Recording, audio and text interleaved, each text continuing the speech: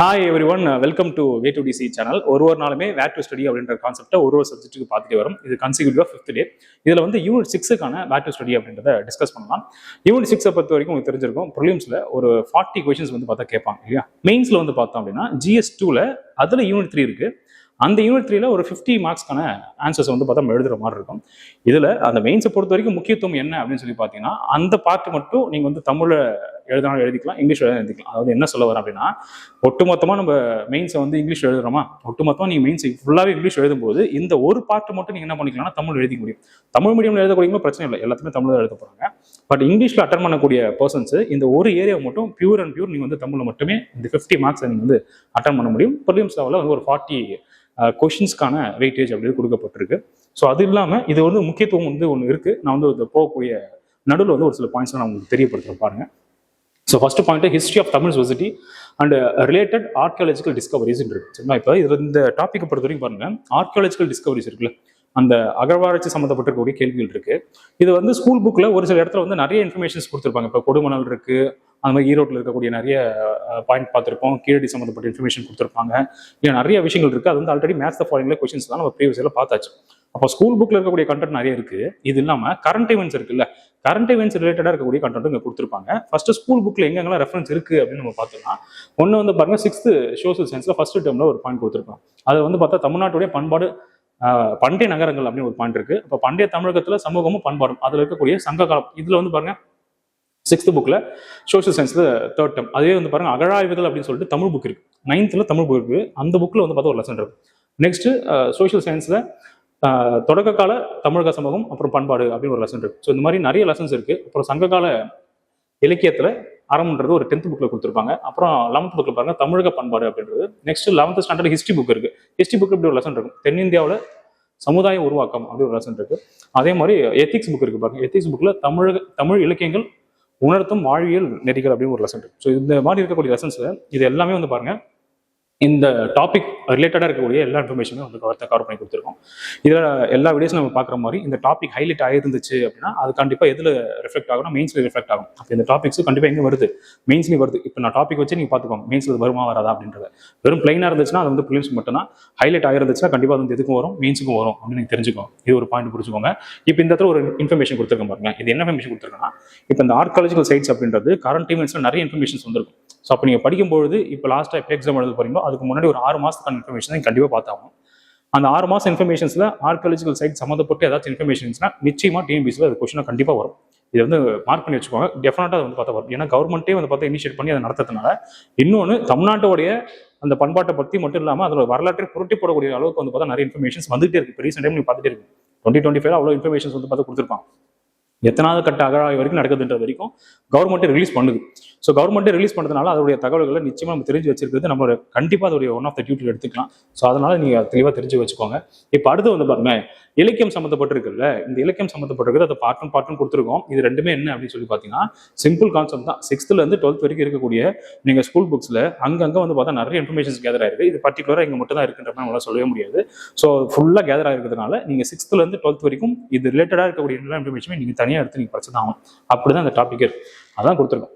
6th இருந்து 12th வரைக்கும் இருக்கக்கூடிய இலக்கியம் தொடர்பான தகவல்கள் படித்துக்கொள்ளும் கொடுத்து வச்சிருக்கோம். அவ்வளவுதான். ஏன்னா இப்படிதான் நம்ம பண்ண முடியும். இது பர்டிகுலரா இங்கே தான் இருக்கு, இங்கே தான் இருக்குன்ற மாதிரி தனித்துவமா நம்மளால சொல்ல முடியாது. ஸோ அதனால ஃபுல்லா இருக்கிறத நீங்க பாத்துக்கோங்க. இது ஒரு பாயிண்ட். ஸோ அடுத்த பாயிண்ட் என்ன அப்படின்னு பார்த்தா திருக்குறள். இதுதான் நான் உங்களுக்கு சொல்ல வந்தேன். இந்த திருக்குறள் கான்செப்ட் பொறுத்த வரைக்கும் என்னன்னா, நீங்க மெயின்ஸ் எழுதும்போது ஃபர்ஸ்ட் ஒரு பேப்பர் எழுதுவோமா, எலிஜிபிலிட்டி பேப்பரும் எழுதும். அந்த எலிஜிபிலிட்டி பேப்பரோட ஃபர்ஸ்ட் கொஸ்டின் என்ன அப்படின்னு பாத்தீங்கன்னா, திருக்குறள் வந்து ஒரு 5 கொஸ்டின் கொடுத்துருப்பாங்க. அந்த 5ல இருந்து ஏதாச்சும் ஒரு கொஸ்டினை பிக் பண்ணி நம்ம வந்து எஸ்ஏ எழுதணும், அது கட்டுரை எழுதணும். அதுக்கு நிச்சயமா நமக்கு என்ன தேவைன்னா திருக்குறள் தேவை. அப்போ திருக்குறள் தெரியாம நீங்க குரூப் 1 ஆஃபீஸர் ஆகிறதுக்கு வாய்ப்பே கிடையாது. கண்டிப்பா நீங்க எழுதிதான் ஆகணும். அப்படி ஒரு பாயிண்ட் இருக்கு. இது நீங்க பாத்துக்கோங்க. இதுலயுமே வந்து பாத்தீங்கன்னா 6th இருந்து 12th வரைக்கும் நிறைய திருக்குறள் தொடர்பான தகவல் இருக்கு. ஸோ அது பேசிக்கா நீங்க எடுத்து படிச்சுக்கிட்டு உங்களுக்கு ஒரு டாபிக் படிச்சுக்கலாம். எக்ஸாம்பிளுக்கு வந்து பார்த்தா இறைமாச்சின்னு ஒரு டாபிக் இருக்குன்னா, ஒரு அரசனா இப்ப அமர்வதற்கு என்ன குவாலிஃபிகேஷன் இருக்கணும், நட்புனா என்னன்னு சொல்லியிருக்காரு திருவள்ளுவர், இல்ல அரண் அப்படின்னா ஒரு என்ன வார்த்தையை சொல்லியிருந்திருக்காரு, ஓகேவா. ஸோ அந்த மாதிரி நிறைய அதிகாரங்கள் உண்டா. ஸோ இந்த மாதிரி ஒரு பெக்குலரா ஒரு 10-15 கான்செப்ட் எடுத்து நீங்க படிச்சு வச்சுக்கிட்டு அதுல வந்து பாருங்க ஒரு 10-15 கான்செப்ட்டுக்கு 3 திருக்குறள் படிச்சுட்டா கூட போதும். அந்த 3 திருக்குறள் நச்சுன்னு கரெக்டா படிச்சு வச்சிட்டீங்கன்னா அதை சுத்தி எந்த கேள்வி கேட்டாலுமே அந்த திருக்குறளை மேற்கோள் காட்டி நீங்க எழுதிட முடியும். கொஞ்சம் மேக்ஸிமம் ஒரு ஃபோர் போதும். ஒரு டாபிக்னா நட்பா ஒரு 4 குறள் போதும். கல்வியா ஒரு 4 குறள் போதும். ஒரு அரசா ஆட்சி அமைக்கிறதுக்கு ஒரு என்ன தகுதி இருக்கணுமோ அது ஒரு 4 திருக்குறள் போதும். அந்த 4 திருக்குறள் நீங்க பேக்கப் வச்சுக்கிட்டீங்கனாலே நீங்க ஒரு முன்னுரை முடிவுரை போட்டு மிட்ல வந்து ஒரு 3 திருக்குறளை மட்டும் மேற்கோள் காட்டிட்டு அழகாக எழுதிட முடியும். ஸோ இது மட்டுமே நீங்க இந்த தெளிவாக இருந்துட்டீங்கனால போதும். இந்த கான்செப்ட்டுக்கு அது ஓகே. ஸோ அதே மாதிரி இது வந்து பார்த்தா மெயின்ஸ்லேயும் வந்து வருது. இது ஏற்கனவே ஹிஸ்ட்ரி படிக்கும் போது அங்கே ஒரு ரெஃபரன்ஸ் நம்ம படிச்சிருக்கக்கூடிய அதே கண்டென்ட் தான். Early revolt against British rule, அது தமிழ்நாட்டில் என்ன இருந்திருக்குது அப்படின்றது தான். மக்கள் புரட்சி அப்படின்றது 8வது புக்கில் ஒன்று இருக்கக்கூடியது. ஃப்ரீடம் ஸ்ட்ரகிள் இன் தமிழ்நாட்டில் இது வந்து பார்த்தா 2019 எடிஷன். அதில் இருக்கக்கூடிய 10th புக்கு. அந்த 10th புக்கில் இருக்கக்கூடிய கண்டென்ட்டை நம்ம பார்த்துக்கணும். இது இல்லாமல் பாருங்களேன், contribution of Tamil Nadu in freedom struggle, இது வந்து 2015 எடிஷன். 2015 எடிஷன் உங்க கைக்கு இப்போ கிடைக்காது. நீங்கள் என்ன பண்ணலாம் அப்படின்னு பார்த்தீங்கன்னா, கூகுளில் அப்படியே வந்து நீங்கள் அந்த பிடிஎஃப் இந்த பேரை மட்டும் போட்டு பிடிஎஃப் படிங்க, 10th புக் மட்டும் அடிங்க. அதோடைய அந்த எடிஷன் வந்து உங்களுக்கு வந்துடும். அது வந்ததுக்கப்புறம் இந்த ஒரு லெசன் மட்டும் எடுத்து வச்சுக்கோ. புரிஞ்சாங்க கொடுத்துருக்கேன்னா. ஸோ இதை மட்டும் கொடுத்துருக்கேன் பாருங்க.